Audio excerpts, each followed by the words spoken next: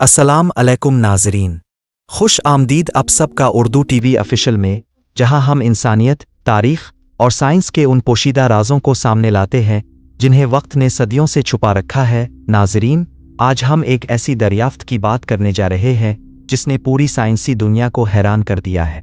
एक ऐसा इंकिशाफ जिसने हमारे वजूद पर ही सवाल उठा दिया, क्या हम वही इंसान हैं जिनकी कहानी हमें किताबों में सुनाई गई थी? हमारी असल कहीं और छपी है, बर्फ के नीचे, पत्थरों के अंदर, शायद हमारे अपने खून में। आज हम खोलने जा रहे हैं कदीम डीएनए का वो राज जिसने इंसान की असल शनाख्त बदल कर रख दी। तो नाज़रीन, बैठ जाइए, दिल थाम लीजिए, क्योंकि अगले चंद लम्हे आपकी सोच बदल सकते हैं।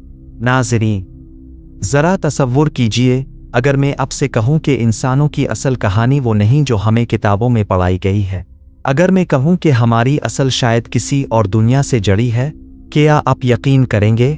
जी हाँ, आज हम बात करने वाले हैं एक ऐसी दरियाफ्त की जिसने इंसानी तारीख का सबसे बड़ा और पुरस्कार राज बेनकाब कर दिया है।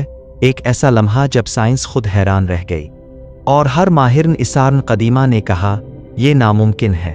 ये सब इस लम्हे शुरू हुआ जब साइबेरिया की पुरानी डेंसुवा गार में एक छोटी सी हड्डी मिली, एक उंगली की हड्डी।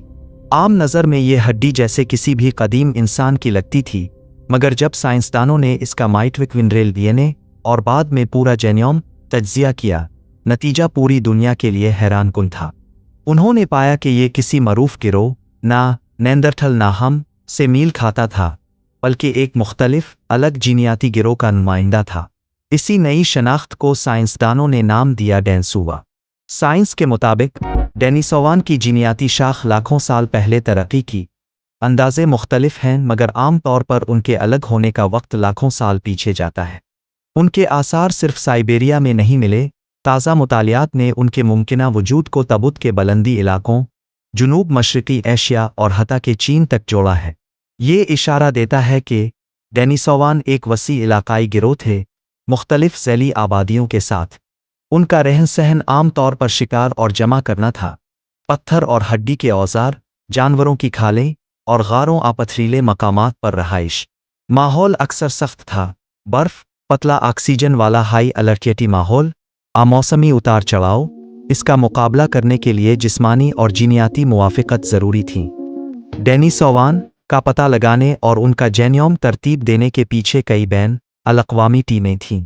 2010 में ऑड्रीख और उनके साथियों ने डेनिसोवान गार से निकले फिंगर बोन के मुताले का एक बड़ा मुताला शाये किया। बाद अज़ा स्वांटा और उनकी टीम ने कदीम डीएनए तकनीक को आगे बढ़ाया और 2012 में एक तकरीबन मुकम्मल नीनडरथलिस की तफसील सामने आई, जिससे हमें उनकी जीनियाती शिराकत, उनके नेंडरथलिस से क़राबत और जदीद इंसान के साथ बाहमी अफसाइश के सबूत मिले। मैथियास मेयर और दीगर मुहक्किकीन ने नया तरीक़ाकार मुतारफ़ करवाया जिसने इंतहाई कदीम डीएनए को तरतीब करने में इनकलाब लाया है। जीनियाती तकाबुल से पता चलता है कि डेनिसोवान्स ने सिर्फ नीनेंडरथालों के साथ मिलाप किया नहीं, बल्कि मुख्तलिफ औकात में जदीद इंसानों के आबाओ अजदाद के साथ भी एक दूसरे की नस्ल पैदा की है। इस मिलाप के निशानात आज भी चंद आबादियों में वाज़ेह हैं, ख़ास तौर पर मिलानेशिया, पापुआ न्यू गिनी, ऑस्ट्रेलवी अबोरिजिनल और कुछ जनूबी एशियाई आबादियों में, जहाँ 4-6 डेनिसोवान नस्ब पाई गई है। डेनिसोवान मीरास की सबसे नुमाया मिसाल है EPAS1 का नाम जेनी, जो तबुत के लोगों में ख़त्म होता है और उनको कम ऑक्सीजन वाले आला मकाम पर भी बेहतर तौर पर सुनने में मदद देते हैं। 2014 की एक नुमाइशी मज़मून में लिखा गया है कि ये हप्लोई PAS1 ताप इंसानों में डेनिसोवान जैसा ही था, यानी ये गालिबन डेनिसोवान जदीद इंसानों में आया और फिर तिबू इंतखाब, कुदरती इंतखाब के तहत तबुत में वेब डेस्क। ये एक बड़ा रास्त मिसाल है कि किस तरह कदीम मुदाखलत ने जदीद इंसानों को मकामी माहौल में ज़िंदा रहने की नई सलाहियतें दी हैं। सवाल, आखिर डेनिसोवान क्यों गायब हो कमज़ोर गए? इसके पीछे तौर पर कई अवामिल कारफरमा होंगे और साइंसदान मुख्तलिफ नज़रियात रखते हैं। माहौलियाती और मौसमी तब्दीलियाँ, आतिशफ़शानी, बर्फ़ानी दूर, आवासी माहौलियाती तब्दीली ने उनके शिकार और रहाइशगाह को मुतासिर किया हो सकता है, जिससे आबादी कम हुई और वो कमज़ोर हुए। मुकाबला और वसाइल का बंटवारा, होम्स सपनस जब एशिया में फैले तो जदीद औज़ार, ज़्यादा मौज़ून समाजी ढांचे और ज़्यादा तादाद के बाइस मकामी गिरोहों पर फ़ौक़ियत हासिल कर गए, جس نے ڈینیسووان کو ساکت پسماندہ کر دیا ہو سکتا ہے۔ بعض علاقوں میں ڈینیسووان نے جدید انسانوں کے ساتھ جینیاتی ملاپ کیا۔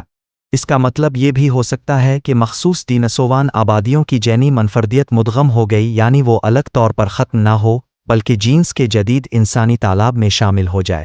حتمی طور پر سائنسدان اس بات پر متفق نہیں کہ کون سا واحد عامل ذمہ دار تھا۔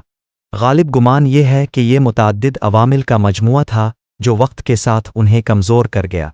اب ذرا تصور کریں ناظرین، اگر ڈینیسووان آج کے دور میں زندہ ہوتے، اگر وہ موبائل، انٹرنیٹ اور سوشل میڈیا دیکھتے، تو شاید وہ حیران رہ جاتے کہ ان کی محنت، ان کی جدوجہد اور ان کے جینز اب ایک ایسی دنیا میں زندہ ہیں جس کا انہوں نے کبھی تصور بھی نہ کیا تھا۔ ناظرین، قدیم ڈی این اے نے ہمیں یہ سکھایا ہے کہ انسان کی تاریخ ایک سیدھی لکیر نہیں، بلکہ ایک جال ہے، نسلوں کا، وقت کا اور بقا کی جدوجہد کا۔ ہم صرف ایک نسل نہیں، ہم ہزاروں سال کی بقا کی کہانی ہے۔ اگر آپ کو یہ ویڈیو پسند آئی ہو تو اردو ٹی وی آفیشل کو سبسکرائب کریں، ویڈیو کو لائک کریں اور کمنٹ میں بتائیں کیا آپ یقین رکھتے ہیں کہ ہماری اصل کہانی اب سامنے آ گئی؟ ابھی بھی کچھ راز زمین کے نیچے چھپے ہیں۔